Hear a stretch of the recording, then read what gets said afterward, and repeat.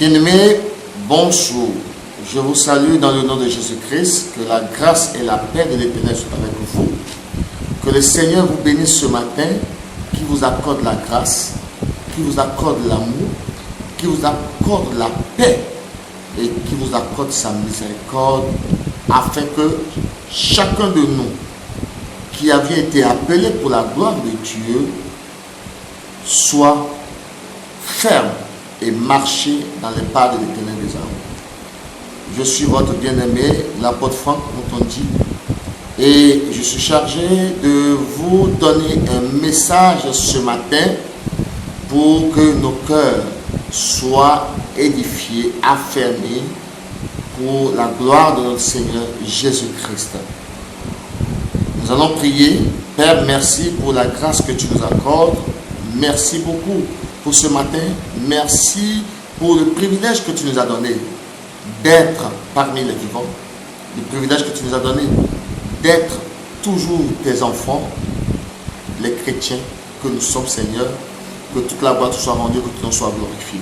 Seigneur Dieu, trois fois saint, nous voulons remettre ces moments entre tes mains et te prier, Papa, d'être avec nous, de nous bénir et que nous soyons toujours les personnes que tu as tant désirées pour la gloire de ton Seigneur. Béni sois-tu, Père, et que toute la gloire te soit rendue. Je me laisse entièrement entre tes mains. Brise-moi et entre en moi afin que ta parole soit déclarée pour la gloire de notre Seigneur, au nom de Jésus-Christ. Amen. Alors, bien-aimés dans le Seigneur, je suis là ce matin pour nous parler de la part du Seigneur, le Seigneur qui nous a appelés pour sa cause, le Seigneur qui nous a appelés pour la gloire, le Seigneur qui nous a appelés pour son œuvre. Car comme je le dis souvent, nous ne sommes pas arrivés sur cette terre pour notre mission, mais nous sommes arrivés pour faire la volonté de Dieu. Et la volonté de Dieu doit être connue de tous. Parce que si vous ne savez pas pourquoi Dieu vous a appelé, pourquoi Dieu vous a fait venir dans le monde, il sera difficile d'accomplir l'objectif du Seigneur. Une chose que nous devons savoir est que Dieu nous a préparé un plan pour accomplir sa mission, un plan pour atteindre ses objectifs. Parce que si nous n'avons pas atteint l'objectif de Dieu, à quoi servirait notre présence sur cette terre? Chacun de nous a une mission, chacun de nous a un travail, chacun de nous a un objectif à atteindre. Et chacun de nous n'est pas seulement arrivé au monde pour être, sur le plan professionnel, ce que nous sommes aujourd'hui, mais nous avons une mission. Bien aimé, nous avons une mission, nous avons une responsabilité, et c'est ce à quoi je tiens à nous rappeler afin que la gloire de l'Éternel soit manifestée dans notre vie. Alors, le thème ce matin, c'est quel genre d'instrument réellement tu es pour le Seigneur. Quel genre d'instrument tu es. Oui, ça va paraître un peu bizarre, mais quel genre d'instrument tu es. Est-ce que tu es un instrument que Dieu préfère utiliser encore, ou tu es un instrument que Dieu n'a plus besoin? Puisqu'il faut que nous se dise quelquefois la vérité. Lorsque nous nous sommes engagés avec Christ, nous avons pris des engagements. Dans les eaux du baptême, nous avons dit, oui Seigneur, nous allons te suivre jusqu'à la mort. Oui Seigneur, nous serons toujours tes disciples jusqu'à la mort. Seigneur, nous n'allons jamais t'abandonner. On sera toujours derrière toi. Mais quel genre d'instrument nous sommes aujourd'hui? Que tu sois pasteur, que tu sois évangéliste, que tu sois prophète, que tu sois docteur, que tu sois apôtre, chrétien, disciple ou enfant de Dieu ou fidèle de l'Église, quel genre d'instrument nous sommes? Puisque si nous ne connaissons pas la valeur que Dieu nous a réservée, et que nous ne connaissons pas la valeur que Dieu veut que nous soyons constamment devant sa face, il sera difficile pour nous, bien-aimés, de comprendre pourquoi notre présence est-elle importante pour Dieu. Nous sommes là pour une mission. Nous sommes là pour quelque chose. Et j'aimerais que chacun de nous fasse sa part. Sa part, pourquoi? Parce que nous avons notre obligation. Nous avons notre participation. Quel genre d'instrument tu es? Bien-aimé, nous allons parler dans notre livre, dans le livre des Actes chapitre 9. Actes chapitre 9. Vous connaissez très bien ce passage de la Bible. Et Nous allons prendre à partir du verset 3 que je vais lire très rapidement. Comme il était en chemin et qu'il approchait de Damas, tout à coup une lumière venait du ciel, resplendit autour de lui. Nous savons très bien de qui il s'agit ici, de l'apôtre Paul, qui était en son temps, là dans ce passage, appelé Saul. Saul, dans ce temps, était l'ennemi de tous les chrétiens, parce qu'il recevait chaque fois une lettre d'accréditation pour pouvoir tuer, persécuter les enfants de Dieu. Alors, verset 4, il tomba par terre et il entendit une voix qui lui disait: Saul, Saul, pourquoi me persécutes-tu? Il répondit: Qui es-tu, Seigneur? Et le Seigneur dit: Je suis Jésus que tu persécutes, et tu seras dû de régimber contre les aiguillons. Verset 6, tremblant et saisi d'effroi, il dit: Seigneur, que veux-tu que je fasse? Et le Seigneur lui dit: Lève-toi, entre dans la ville, et on te dira ce que tu dois faire. Amen. Aujourd'hui, nous devons prendre l'exemple de Saul pour comprendre beaucoup de choses. Saul, comme je vous le disais, était un homme qui était ennemi juré des enfants de Dieu. Saul était celui qui persécutait les enfants de Dieu, qui n'entendait pas parler de Jésus. Il était de mèche avec les pharisiens, les sadducéens, ceux-là qui ne voulaient pas voir Jésus, qui ne voulaient pas comprendre le ministère de Jésus. Il recevait des ordres de ces derniers pour tuer les enfants de Dieu. Bien aimé, laissez-moi vous dire qu'il y a chaque chose à son temps. Même quand tu es dans le Seigneur et que à des moments donnés tu commets tant de bavures, tu commets tant de péchés, tu commets tant de mauvaises choses, à un moment donné Dieu peut t'arrêter, peut dire: ça suffit. C'est le cas de Saul. Lorsqu'il allait à Damas pour pouvoir prendre encore les enfants de Dieu, les détruire, les persécuter, mais sur le chemin, Dieu va intervenir. Alléluia. Comme aujourd'hui, Dieu a certainement intervenu pour toi. Tu as quitté le monde, tu as refusé la tradition, tu as accepté Jésus, tu as été fait baptiser, tu es venu dans l'église, tu es devenu fidèle d'église. Mais lorsque tu as été baptisé, lorsque tu es venu au Seigneur, tu as pris l'engagement d'être avec le Seigneur, qu'est-ce que tu as pu faire aujourd'hui? Quelle est l'action que tu as menée jusqu'à aujourd'hui? Tu te dis chrétien, oui, c'est bien. Nous sommes tous chrétiens, certes. Mais comment nous agissons avec notre chrétienté? Comment nous marchons avec Christ? Comment nous avançons avec lui? Lorsque nous disons que oui, Seigneur, c'est toi que nous allons suivre, est-ce que nous suivons réellement le Seigneur? Est-ce que nous n'avons pas abandonné notre engagement que nous avons pris devant les hommes, devant les peuples de Dieu, devant Dieu? N'avons-nous pas abandonné cela? Aujourd'hui, quel est le fruit que nous produisons lorsque nous disons que nous sommes des enfants de Dieu? Quel fruit nous produisons, bien-aimés dans le Seigneur? Il faut que nous réfléchissions par rapport à ça, pour comprendre réellement ce que nous sommes et ce que nous vivons. Est-ce que Dieu est content de nous par rapport à ce que nous sommes? Est-ce que Dieu est d'accord avec nous par rapport à ce que nous sommes? Saul, dans le passage, Saul allait à demander au Seigneur parce qu'il n'avait pas compris quel esprit pouvait le parler. Pourquoi son âme s'était arrêtée? Parce que Dieu devait intervenir.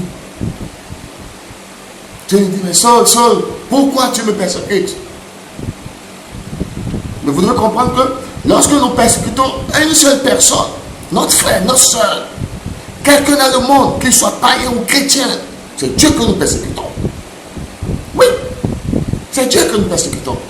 Et nous devons comprendre une chose, bien aimé dans le Seigneur, que lorsque Dieu a demandé à Saul: pourquoi tu me persécutes? Il a posé deux questions à Jésus. Qui es-tu? Deuxième question: qu'est-ce que tu veux que je te fasse? Oui, nous sommes aujourd'hui engagés avec le Seigneur. Mais est-ce que nous avons pu poser les deux questions? Qui es-tu, Seigneur? Et qu'est-ce que tu veux que je fasse? Puisque Jésus a laissé toute sa valeur, il a laissé son droit, il a laissé son pouvoir, il a laissé son trône, il a laissé son honneur, son autorité. Il est rentré dans le monde et il dit, je suis venu non pas pour faire ma volonté, mais pour faire la volonté de celui qui m'a envoyé. Alléluia. Mais quelle volonté toi tu fais jusqu'à ce jour? Lorsque tu t'appelles en tant que chrétien, quelle volonté tu fais? Et quel genre d'instrument tu es aujourd'hui? Est-ce que tu es un instrument pour la gloire de Dieu ou tu es un instrument pour la gloire de Satan? Quel genre d'instrument tu es, frère et soeur? Nous devons comprendre. C'est très important, bien aimé dans le Seigneur. Jésus lui dit, je suis le Seigneur que tu persécutes. Waouh! Laissez-moi vous poser une question. Combien de personnes, chrétiens, païens, que tu as persécuté dans ta vie? Combien? Combien de personnes tu as persécuté? Combien de personnes par ton comportement tu as fait chuter de la foi? Tu l'as enlevé du chemin de Dieu. Tu l'as enlevé de la voie du Seigneur. Combien de personnes pleurent à cause de ton comportement? Combien de personnes pleurent à cause de ce que tu leur as dit? Combien de personnes pleurent à cause de ton raisonnement, de ta pensée, de ton imagination? Combien de personnes pleurent, frères et sœurs? Aujourd'hui, à cause de toi, beaucoup se sont retournés du Seigneur pour entrer dans le monde parce qu'ils n'ont pas retrouvé l'amour qu'ils recherchaient. Or, on dit, lorsque nous sommes avec le Seigneur, tous les enfants de Dieu, les chrétiens et consorts, tous nous formons une famille. Mais est-ce que nous sommes réellement une famille entre nous chrétiens? Est-ce que nous marchons comme des vrais chrétiens? Est-ce que nous marchons comme des vrais enfants de Dieu? Est-ce que nous marchons ou nous prenons le pas des disciples, frères et sœurs? Ou continuons-nous encore de persécuter les frères, de persécuter les sœurs et même de persécuter aussi les serviteurs de Dieu? Saul, il persécutait tout le monde. Le Seigneur va lui dire, va dans la ville, on te dira ce que tu dois faire. Aujourd'hui, ta ville est considérée comme l'église, frères et sœurs. Lorsque tu rentres dans l'église, il y a des choses que tu dois faire. Il y a un engagement que tu dois prendre. Il y a une décision que tu dois respecter. Il y a un objectif que tu dois atteindre. La ville est considérée pour toi comme le temple dans lequel tu es, l'église dans laquelle tu es, l'assemblée dans laquelle tu es. Mais lorsque tu es venu au Seigneur, quand tu es rentré dans l'église, tu as accepté Jésus. Oui. Qu'est-ce que tu as pu faire? Qu'est-ce que tu as fait? Qu'est-ce que tu as fait? Alléluia. Que le Seigneur vraiment vienne en aide pour que nous puissions comprendre qu'il y a des choses qui restent encore à faire.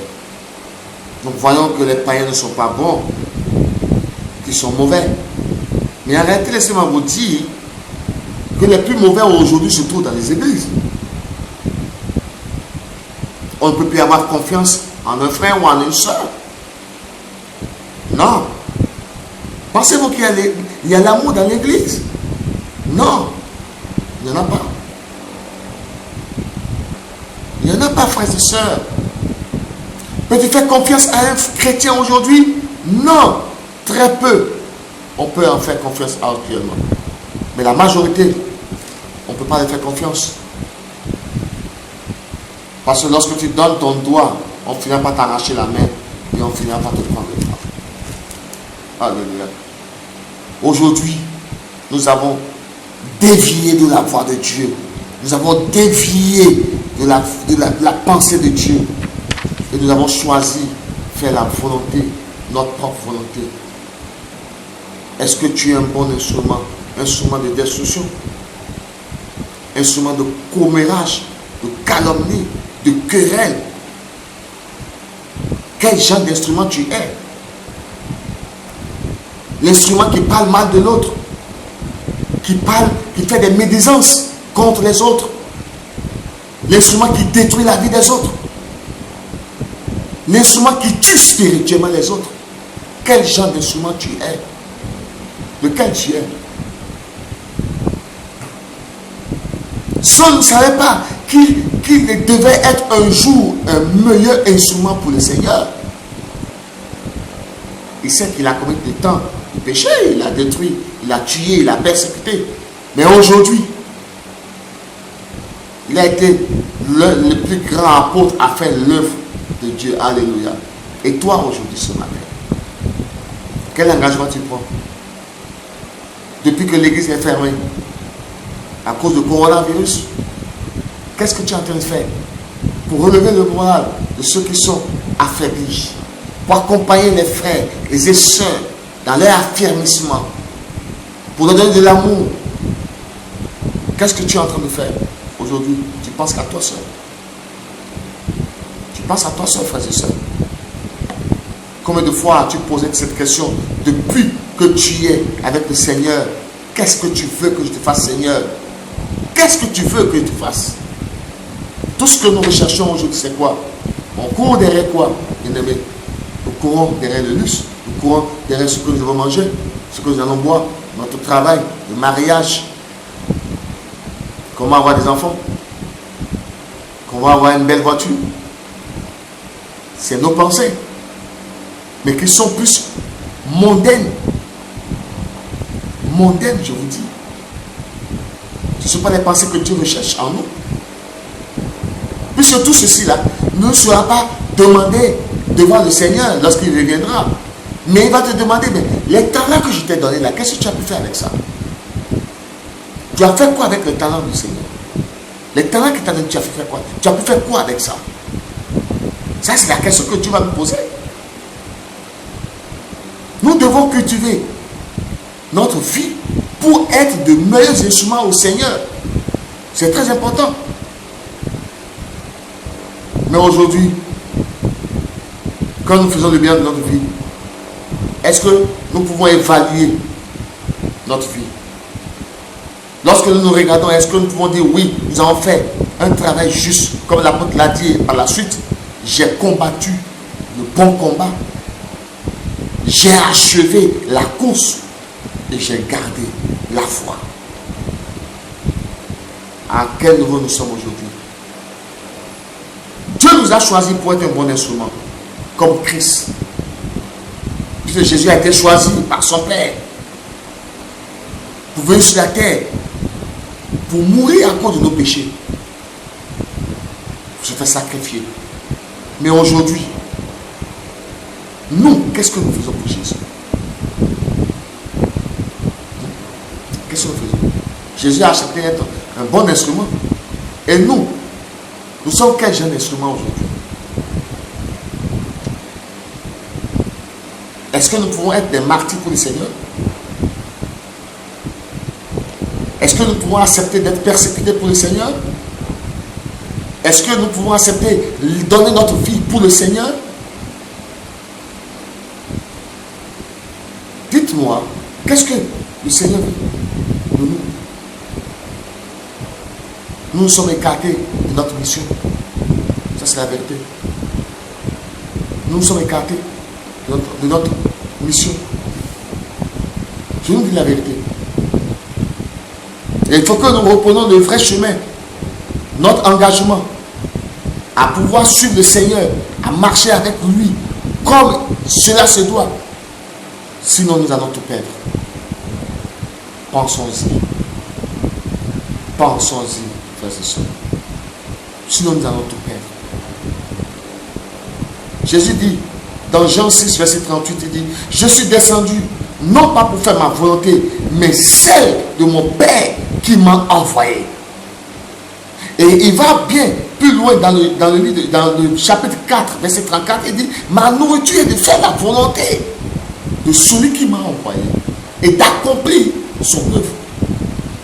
Nous avons été envoyés sur la terre pour accomplir l'œuvre de Dieu, pour accomplir sa mission, pour accomplir son dessein, pour accomplir sa volonté.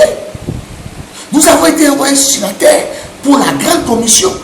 Nous avons été envoyés sur la terre pour que nous puissions gagner les âmes pour Christ,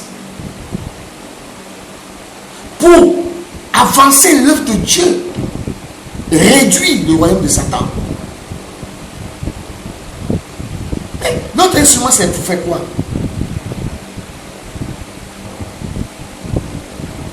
La Bible dit que celui qui conservera sa vie la perdra. Mais quiconque perdra sa vie pour lui, il sera sauvé. Mais nous aujourd'hui, qu'est-ce que nous faisons? Est-ce que nous arrivons à accepter ce martyre? Est-ce que nous arrivons à faire cette volonté que Dieu nous demande de faire? Est-ce que tu connais la volonté de Dieu aujourd'hui, frère et soeur? Non. Non. Parce que nous sommes déjà enfants de Dieu, on se dit oui, nous sommes enfants de Dieu, c'est terminé. Non, bien aimé, tout le monde peut être enfant de Dieu. Il y a deux conditions. Il y a deux conditions dans les deux Jean 1, verset 12. Hein? Si tu crois et que tu reçois, tu es enfant de Dieu. On n'est pas enfant de Dieu. Mais si tu es le fils d'un pasteur, on n'est pas enfant de Dieu. Non. Pourquoi et recevoir pour être enfant de Dieu? Tout le monde peut l'être. Mais Dieu ne veut pas affaire avec les enfants de Dieu, mais il veut affaire avec les disciples, ceux qui sont engagés pour marcher dans sa voie. Ceux qui sont engagés pour faire sa volonté. C'est de lui, de ceux-là qu'il a besoin. C'est ça. Dieu a besoin de nous. Ne n'oublions pas. Il faut que nous fassions preuve de maturité. Que nous faisons preuve de celui que Dieu veut. C'est ça qu'il est question. Arrêtons de massacrer l'Église. Arrêtons de détruire le peuple de Dieu. Arrêtons de verser le sang innocent. Ce ne sont pas seulement ceux qui tuent par l'épée qui sont des assassins. Mais celui aussi, par son comportement, détruit la vie spirituelle d'un frère ou d'une soeur, est un assassin spirituel. Et il y en a beaucoup aujourd'hui. La jalousie. Voilà. Le refus de pardonner. Voilà. Les mauvais corps, les mauvaises associations entre frères et sœurs dans les églises. On s'associe pour détruire, on s'associe pour anéantir, on s'associe pour paralyser. Voilà l'instrument que nous sommes aujourd'hui. Mais on ne s'associe jamais pour amener un frère ou une sœur vers l'affermissement. Nous devons penser à qui nous sommes réellement dans l'église. À qui nous sommes. Nous devons éviter d'être des instruments du diable. Parce que celui qui est instrument du diable ne peut jamais hériter le royaume des cieux.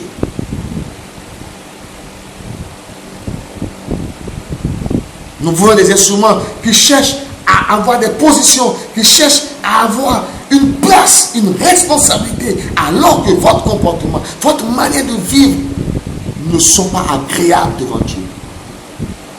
Frères et sœurs, dans le Seigneur, il est temps que nous revenons encore nous-mêmes, si nous voulons que le Seigneur agisse dans notre vie. Ce matin, je nous interpelle. Je nous interpelle. Pour finir, dans le livre Osée, chapitre 8, verset 3, il dit, vous avez rejeté le bien et le mal vous poursuit. Pourquoi le mal doit nous poursuivre?